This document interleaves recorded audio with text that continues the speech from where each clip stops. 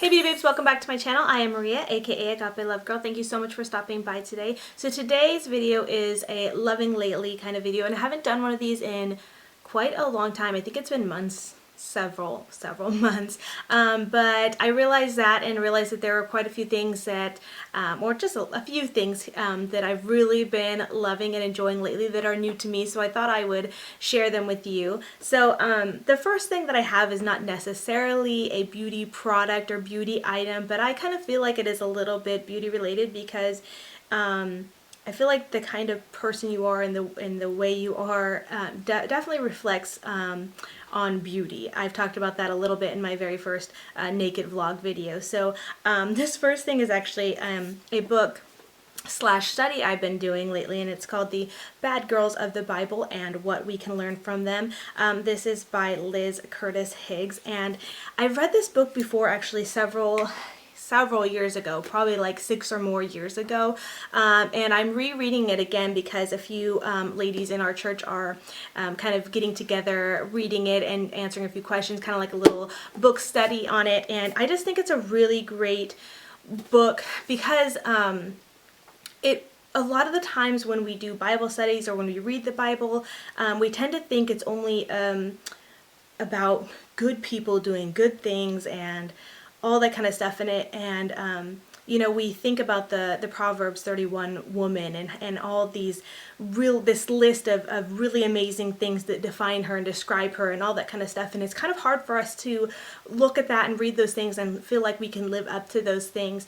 And so this book is kind of like a different way of looking at the Bible. I love it. It's, you know, talks all about the bad girls of the Bible, and there are bad girls in the Bible and what we can learn from them. What's really awesome about the Word is God, you know, shows us that He can use us, and He uses people who are not perfect.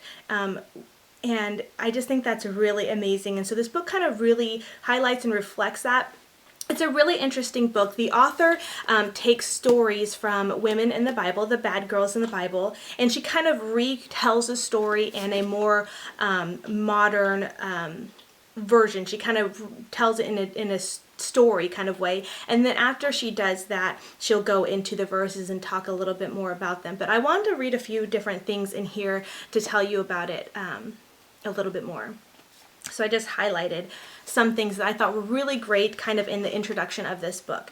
So it says, I have trouble learning, though, from women who get it all right. I spend my energy comparing, falling short, and ask myself, how do they do that? It's discouraging, even maddening. It also doesn't get me one step closer to God. So for a season, I thought we'd look at women who got a lot wrong. I must admit, I went into these stories with a bit of pride between my teeth and soon found my jaw hanging slack at the similarities in these women and me.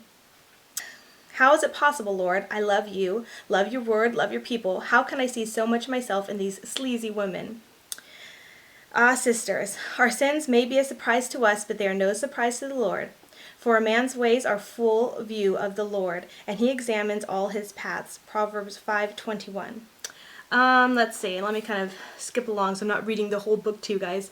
Okay, so then she goes on talking about how she was studying some of the women in the Bible, and started kind of comparing herself to them. She said, oops, big mistake there. Ruth was so faithful, Esther was so courageous, Mary was so innocent, and I was none of the above. Then I happened upon Jezebel, and something inside me clicked. I identified with her pushy personality, I understood her need for control, I empathized with her angry outbursts, and I was aghast when I got to her gruesome ending. She was a bad girl, all right, but boy did she teach me what not to do in my marriage. It was then the seeds of this book were planted in my heart. These stories are in God's words for a good purpose and for ours. All scripture is God-breathed and is useful for teaching, rebuking, correcting, and training in righteousness. 2 Timothy 3:16. So then she goes on a little bit more, and then there's a few other little passages here that I thought were really kind of hit home with me. It says, Jesus knows. He knows every inch of our heart. He knows how bad I was, am now, and will be before I leave behind this transient shell and go on to the undeserved glory. Here's the good news. He loves us anyways. So anyways, I just thought that was really interesting and perfect to kind of share with you guys, because I know we as women in general just tend to always compare ourselves to others. We always tend to put ourselves down. We tend to think like, how do all these amazing women do all these amazing things and have time to look and do the things that they do and all that kind of stuff. And it's kind of neat to have this book really kind of show us how we can learn from, you know, the bad girls of the Bible.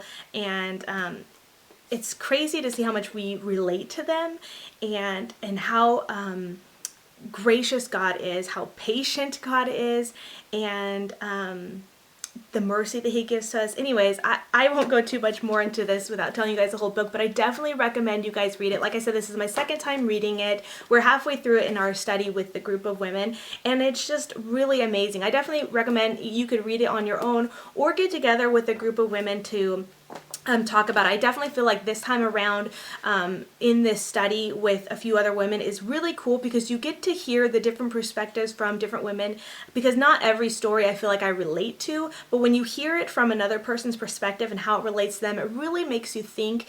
And anyways, I'm just really enjoying it. So that's something that I've really been loving lately, and I definitely recommend it. Whether you're a reader or not, this will definitely capture your attention and just really make you think and really make you feel loved and blessed and truly show you how much God loves you. Anyways, so that was the first thing that I have really been loving lately and just wanted to share with you guys. The next thing I have is actually an app on my phone that I've had for several months actually. Probably since around the beginning of this year, and I've only used it like a handful of times here and there, because sometimes I just completely forget about it. But I was at the store the other day checking out some of the new goodies, you know, the new drugstore items, and was really curious about which colors I should pick out for something new, and I just couldn't pick. And then I remembered that I have this app on my phone. It's called the Try It On app, and I will show you guys a quick little demo here in a minute, but it's just an app where you can virtually try new products on before you purchase them, which I think is really, really cool. So right now I think it only works with L'Oreal, CoverGirl, Revlon, and Maybelline right now. I don't know if they're going to expand or not, but either way, those are like the big names of the drugstores, so it's still pretty helpful and just really fun, I thought. So that's just something I've been really loving lately, but I'm going to go ahead and show you guys a little demo of how it works real quick. So here's the app. It's called Try It On, and I'll flip this to you guys. And here I have a picture of myself, and I think it'll probably work better if you have a picture of yourself without makeup, but anyways, so you could upload a photo of yourself, and then it has this little scan button.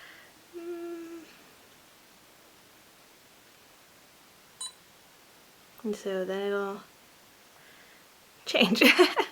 And so you could essentially virtually try it on the product. And so then I could clear it, and that totally clears what I just did, and then I could try another one. So here's this one in the shade Standout, and so it's got the barcode. And this will be a lot easier in store also because the packaging has barcodes. I wanted to find more things to show you guys, but not all this stuff that's opened has barcodes still on it, but these are a few items that I had that still had barcodes on them. So I'm going to go scan again, and then find the barcode here, and then it should try it on for me. And so that's what it looks like, or should look like on me. So anyways, I just thought that was a really neat app. I just thought it was so much fun and also very helpful, so it's kind of become one of my favorite things lately. Next thing I've really been loving lately is the Too Faced Cocoa Contour Kit. It is beautiful, and I've really been loving it. I was really, really nervous about getting it because I've said before how the Anastasia contour kit just didn't really work for me, and it was just a little bit, it just didn't, I don't know how to explain it. It just didn't work for me, and so I really wanted to get something new, and I was debating between the Kat Von D kit, which I did see in Sephora and had swatched, and I liked it so much better.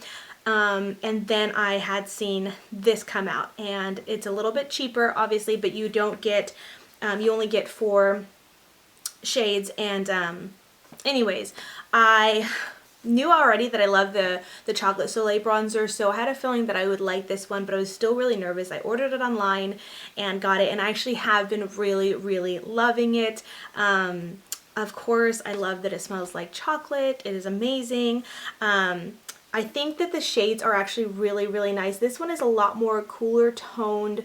I wouldn't quite call it a taupe color, but kind of it is. So it really works well for the contouring. And then this one right here is a lot more warm toned. It's not too warm, so I don't feel like I look orangey or anything, but I like to use this one to kind of bronze and warm up the kind of outer parts of my face, and then I use this shade to contour with, actually contour, you know, and do the contouring and contour my nose and all that kind of stuff.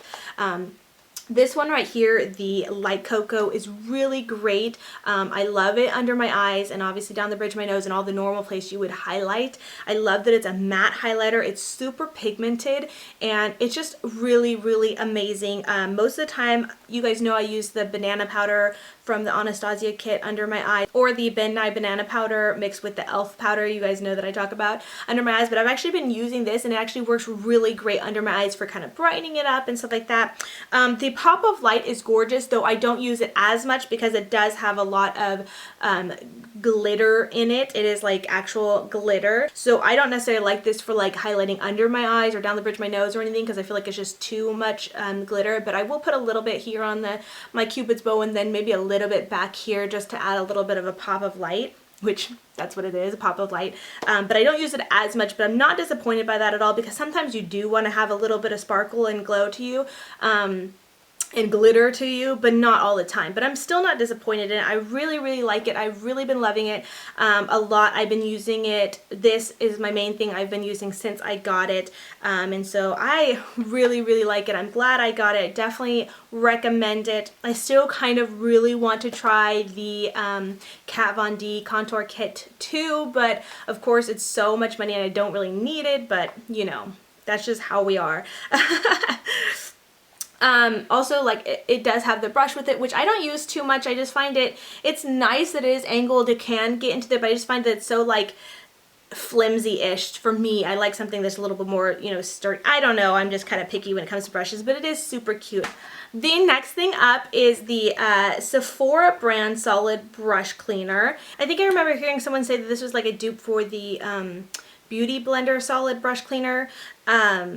And I've never tried that, so I couldn't say for you, but I had been wanting to get something like that because everyone always recommends it. So I decided to go ahead and get this one because it was just like $2 or $3 cheaper. But it also comes with this little guy in here that comes out, and it has these little, you know, ridges on here, bumps on here, so it helps you to clean your brush. So you not only get the little solid, but you also get this little guy to help clean your brushes too. And it's just really, really nice. It does a really great job at cleaning my brushes and my Real Techniques beauty sponge, and it smells really, really good. I can't quite put my finger on the scent of it, though it is kind of a rose scent to me. That's what I smell. Mostly rose, but kind of not. It's not like the granny rose scent that you kind of tend to think of, or at least I do think of like an old lady scent when I think of roses. It's just very light and really, really nice, and I just really like it. And I think this is just $14, which is still kind of expensive, but I mean, it's cheaper than the Beauty Blender version. So, and like I said, it comes with a little brush pad cleaning thing, so I think that's really nice, and I definitely recommend it. It's just, it's so nice. But I've been loving that lately. I feel like it really makes cleaning my brushes really easy, because before that I would use baby wash, baby shampoo kind of thing. And obviously that's a little bit more time consuming because you have to pour it out, you know, wash your brushes, rinse them under the water, and then pour some more, and you have to keep pouring it out. This is nice. You could just kind of swirl your brushes in there under the water and, you know, clean them. It just makes it a little bit more easy having a solid. So really, really been loving that. It's making cleaning my brushes really super quick and easy, and so loving it. Definitely recommend. The next thing I have really been loving lately is this Vaseline Lip Therapy in Creme Brulee. I mentioned this before because I did get a little package from them, and I'm not saying this just because I did. This is actually an older one. My sister got me for part of my Christmas gift, I believe. But I use this every night before I go to bed, like after I wash my face and brush my teeth and all that kind of stuff. I will put this on my lips, obviously, before I go to bed, and when I wake up in the morning I still have it on my lips, which is really nice. There's not many lip products that are thick enough and heavy enough to kind of stay on throughout the night. They usually kind of dry out, and by the time I wake up in the morning my lips are all dried out, but not with this. And I like it even though it is thicker and heavier. It doesn't feel like it's all gloopy and gloppy and gross on your lips. It's really, really nice. And when I wake up in the morning, it's still there, not as much as it was at night. You know, it kind of dissipates, or whatever the word is, throughout the night, but it's still there a little bit, and then I wake up with such soft lips. And if I did happen to have any kind of dryness or flakiness on my lips, I could easily kind of just rub and buff that off, and my lips are left super soft in the morning, and I absolutely love it. And not only that, I love the scent. The creme brulee one is just so good. I love anything vanilla-y smelling, you guys know that. But they also have the rose one and a coconut one, and then the original scent, which I'm not quite a fan of. But yeah, so I've really been loving that. I definitely recommend that. Also because my son had... It's really nice weather here today, but for a little while it was actually kind of really cold, like it should be in winter. But my son kept licking his lips, and then it was really windy, so he started getting that like red around his lips, like his lips were really badly chapped, and then also he was licking them, and he would lick under his and around his lips, so then the skin around his lips became red and irritated and dry. And so I started putting this on him. And it really helped to heal it up. Actually, it not only protected him from licking his lips and then the wind and stuff like that, but also healed his lips up within, I think, 2 days. So it was just really great product. And so I definitely recommend, if you have really dry lips, or if you tend to, you know, get any kind of irritation, or even your kids or anything like that. It works quickly. It's wonderful. I love it. That's my spiel. Won't keep going on. The last thing I have to share that I've been loving lately is this Herbal Essence dry shampoo. I don't know what is going on with Suave, but most of you guys might know that my very favorite dry shampoo is the one from Suave that's like under $3, and it's in the silver and yellow can.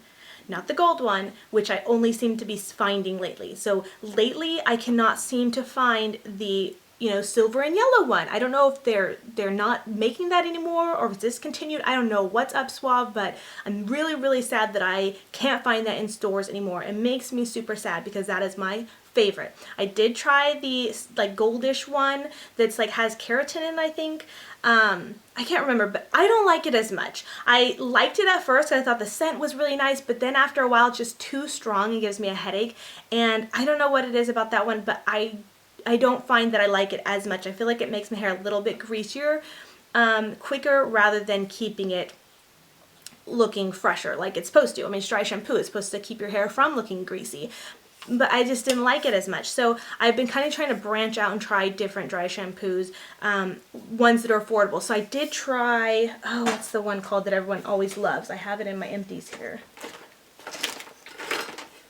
Oh, Batiste. I did try that one because I was like, oh, well, I might as well try that since I can't find the one I love. And that's like $9, $10, $8, something like that. Ridiculous. Which I'm like, I don't want to spend $10 on a dry shampoo when the one I love is under $3. You know, it's ridiculous. So anyways, I found this one from Herbal Essence, and I think it's just about $4, which is reasonable. And I have actually been really loving it lately. It does have that rose scent, and again, I don't mind it because I love the scent of pretty much anything from Herbal Essence, and it kind of reminds me of my childhood a little bit because I used that a lot in high school. And anyways, it works really great. I've been playing with my hair because I used it just earlier, and it works pretty good. I'm very picky about dry shampoos. Like I said, I didn't like the keratin one from Suave. I tried the one from Tresemme. Don't ever get the one from Tresemme. It is awful, literally awful. It's the worst dry shampoo ever. And like I said, I tried the Batiste one, and I was like, it was okay. It wasn't like a bad dry shampoo, but at the same time, $10, $8, $9, whatever, it's not worth it to buy that, in my opinion, when you could get something just as good for cheaper. So I don't know. Anyways, I have this big long spiel about dry shampoo. It's ridiculous, I know. But anyways, so I just want to say that since I can't find my favorite one, I have been using the Herbal Essence one, and I've really been loving it, actually. So I think this might be the one I switch to. I kind of want to try a few different other ones just to see, because I know some people really like the one from Dove. And then I did get one for my daughter from, what's the brand? I can't remember the brand. darn it, I can't remember, but I'll have to look and I'll just put it in here or something what it is. But that one's actually pretty good too. I like it a lot. And so, but anyways, this is the one I got for me, and so I've been really liking it. And just thought I'd put that out there because I don't know if anybody's crazy about dry shampoo like I am or picky about it, but this one's actually really good and it's pretty affordable too. So I just want to share that with you guys and let you guys know that I've really been loving that lately.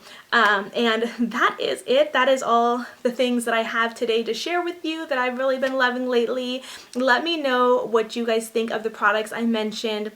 Do you use them? If you have any questions about them, I'd love to discuss them further. About the dry shampoo, let me know what your guys' favorite is. I know so many people love Batiste, but I don't know, I just can't get my head around spending so much money for dry shampoo. And I'd love to know which ones you guys have been really loving lately. If anybody knows what's up with the Suave one, I'm really disappointed that that's gone. But anyways, share down below in a comment what you've been loving lately. Any products you recommend that might be new or old favorites that you're really getting back into and liking. I'd love to know what your favorites are lately and all that. So thank you so much for watching. Until next time, much love and hugs to you. Bye, beauty babes.